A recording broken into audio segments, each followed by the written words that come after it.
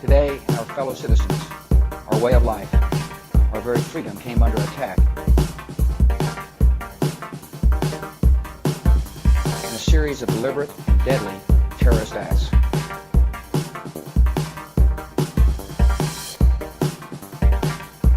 The victims were in airplanes or in their offices, secretaries, businessmen and women, military and federal workers, moms and dads, friends and neighbors.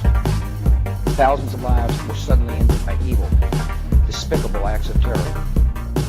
The pictures of airplanes flying into buildings, fires burning, huge structures collapsing, have filled us with disbelief, terrible sadness, and a quiet, unyielding anger. These acts of mass murder were intended to frighten our nation into chaos and retreat. But they have failed. Our country is strong. A great people has been moved to defend a great nation. Terrorist attacks can shake the foundations of our biggest buildings, but they cannot touch the foundation of America. These acts shatter steel, but they cannot dent the steel of American resolve. America was targeted for attack because we're the brightest beacon for freedom and opportunity in the world, and no one will keep that light from shining. Today, our nation saw evil, the very worst of human nature, and we responded with the best of America, with the daring of our rescue workers, with the caring for strangers and neighbors who came to give blood and help in any way they could. Immediately following the first attack, I implemented our government's emergency response plans. Our military is powerful and is prepared. Our emergency teams are working in New York City and Washington, D.C. to help with local rescue efforts. Our first priority is to get help to those who have been injured and to take every precaution to protect our citizens at home and around the world from further attacks.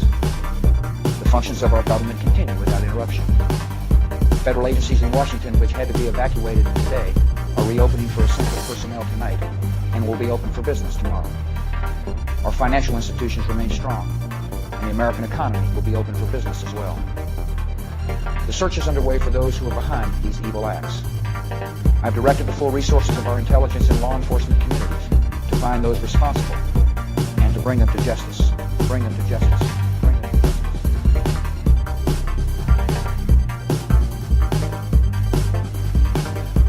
We will make no distinction between the terrorists who committed these acts and those who harbored them. I appreciate so very much the members of Congress who have joined me in strongly condemning these attacks. And on behalf of the American people, I thank the many world leaders who have called to offer their condolences and assistance. America and our friends and allies join with all those who want peace and security in the world. And we stand together to win the war against terrorism.